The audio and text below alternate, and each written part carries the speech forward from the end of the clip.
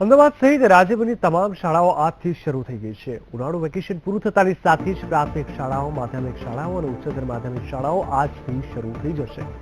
તમામ શાળાઓમાં આજથી તમામ પ્રકારની શૈક્ષણિક કામગીરી પણ શરૂ થઈ જશે.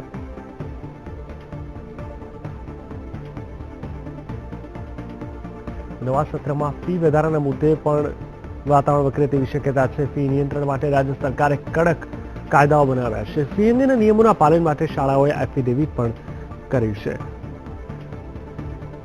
તો હાલ અમારી સાથે જોડાઈ ગયા છે સુરતથી અમારા સંવાદદાતા પ્રજ્ઞેશ વ્યાસ. પ્રજ્ઞેશ, જણાવશો સુરતમાં કેવા પ્રકારનો માહોલ છે?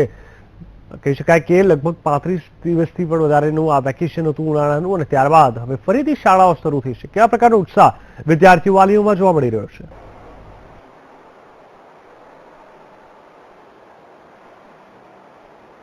જી બિલકુલ, જે નવા શૈક્ષણિક સત્રની જે શરૂઆત છે તે આજથી થઈ ગઈ છે સમગ્ર રાજ્યમાં, અને સુરતમાં પણ વહેલી સવારથી નાના ભૂલકાઓથી લઈને ધોરણ 10, 11, 12માં વિદ્યાર્થીઓ પણ સ્કૂલે જતા દેખાયા હતા. અને સ્કૂલમાં એક એટમોસ્ફિયર વિદ્યાર્થીઓ માટે ક્રિએટ કરવામાં આવ્યું છે કે જે રીતે એટલું લાંબુ વેકેશન પત્યા બાદ ફરી તે લોકો સ્કૂલમાં આવે છે ત્યારે એક પ્રકારનો માહોલ સર્જવામાં આવે છે.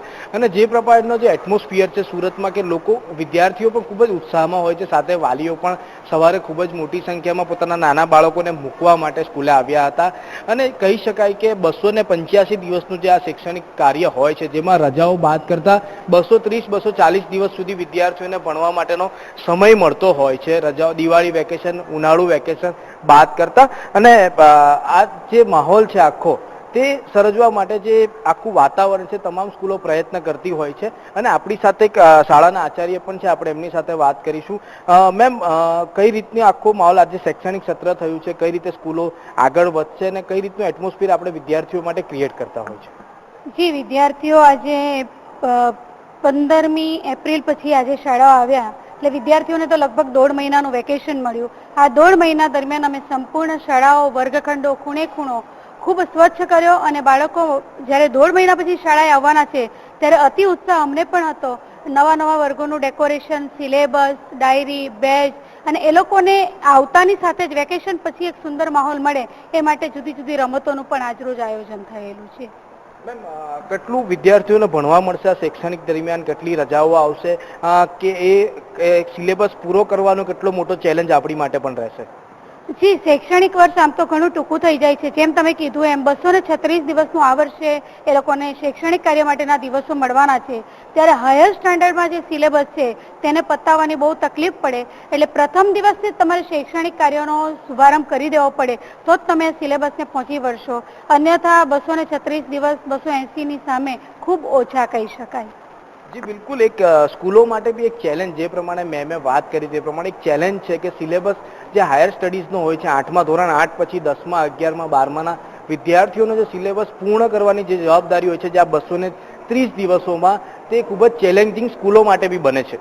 જી આ પ્રદેશ ખાસ કરીને જે રીતે છેલ્લા કેટલાક સમયથી ફીને લઈને વાતાવરણ ગરમ રહ્યું હતું, વાલી મંડળો હોય કે શાળા સંચાલક હોય, તો નવા સત્રથી કેવી રીતે ફીની અમલીકરણ થશે? કારણ કે વાલીઓ ક્યાંક ને ક્યાંક તેને લઈને પણ ચિંતામાં હશે અને આક્રોશ છે. તો શું તેમાં કોઈ ફેરફાર પડશે? હું ચાહીશ આચાર્ય પોતે જ તેનો જવાબ આપે, કારણ કે ક્યાંક ને ક્યાંક હજુ પણ વાલીઓ અને આચાર્યો સાથે આ સંકલન જોઈએ એવું નથી થયું આ મુદ્દે.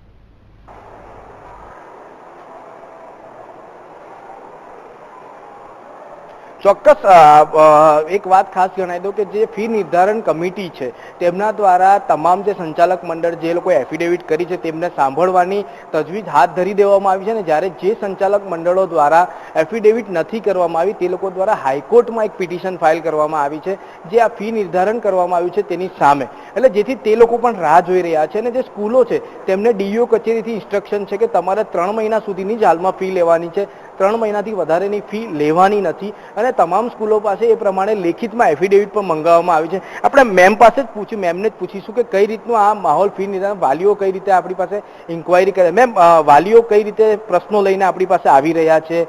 ડીઈઓ કચેરી તરફથી કેવી કામગીરી ચાલી રહી છે, એની વિશે માહિતી આપજો. ડીઓ કચેરી અને સરકાર ફી નિર્ધારણ મુદ્દે બહુ મક્કમ છે. એટલે ઘણી બધી તજવીજોમાં જે શાળા સંચાલકો કે શાળાઓ છે એમાં પણ હવે શું નિવેડાવશે એ માટે તો અમે પણ થોડા કન્ફ્યુઝ છીએ. જ્યાં વ્યક્તિગત મારો પ્રશ્ન છે તે અમને ફીનો પ્રશ્ન નડતો નથી, પણ વાલીઓને બહુ કન્ફ્યુઝન છે કે આપણી ફી કેટલી છે, ચેકથી ફી લેશો કે નહીં, માત્ર ચેકથી જ ભરાશે કે કેમ, અને અમારે આખા વર્ષની, કારણ કે ઘણા વાલીઓ એટલા અફોર્ડેબલ હોય છે તો અમે આખા વર્ષની ફી ભરી શકીએ કે નહીં, અને છેવટે ફીનો શું નિવેડો આવશે, આ બધા કન્ફ્યુઝન ક્યારે દૂર થશે, એવા ઘણા બધા પ્રશ્નો વાલી પાસે પણ છે. અને એવો એક અંતિમ પ્રશ્ન પણ વાલીનો છે કે આ બધાની અસર અમારા બાળકોના એજ્યુકેશન પર તો ના પડે ને, એક એવી ચિંતાનું વાતાવરણ પણ છે. સંચાલક મંડળ તરફથી આપણે પ્રતિષ્ઠિત શાળા, આપણે બી સંચાલક મંડળમાં જોડાયા છીએ, તો કઈ રીતની આપણા બી પ્રશ્નો છે, સંચાલક મંડળ બી કઈ રીતે આમાં અમુક બાબતે આગળ લડત લડવા માંગે છે? જે શાળાઓની સુવિધાની સાથે જ્યારે ખાનગી શાળાઓ આગળ વધવાનું હોય છે ત્યારે એક ચેલેન્જિંગ પ્રશ્ન છે, કારણ કે આજે ઘણું ખરું વાલીઓ સરકારી શાળા કરતાં પણ ખાનગી શાળાઓમાં મૂકવાનું પસંદ કરતા હોય છે, એની ગુણવત્તા સાબિત કરે છે. એટલે શાળા સંચાલક મંડળ પાસે અત્યારે બહુ મૂંઝવણનો પ્રશ્ન છે. ફી વધારે નહીં જ હોવી જોઈએ, પણ ફી મર્યાદિત માત્રામાં કેટલી હોવી જોઈએ એ માટેની લડત ચાલે છે. એટલે ફી વધારે જ હોવી જોઈએ એની લડત શાળા સંચાલક મંડળની નથી, પણ વ્યવસ્થિત ફી નિર્ધારણ મળે અને ન્યાય મળે, વાલીઓને ન્યાય મળે, સમાજને મળે અને શાળાને પણ મળે, એવો ચોક્કસ પ્રયત્ન શાળા સંચાલક મંડળનો છે.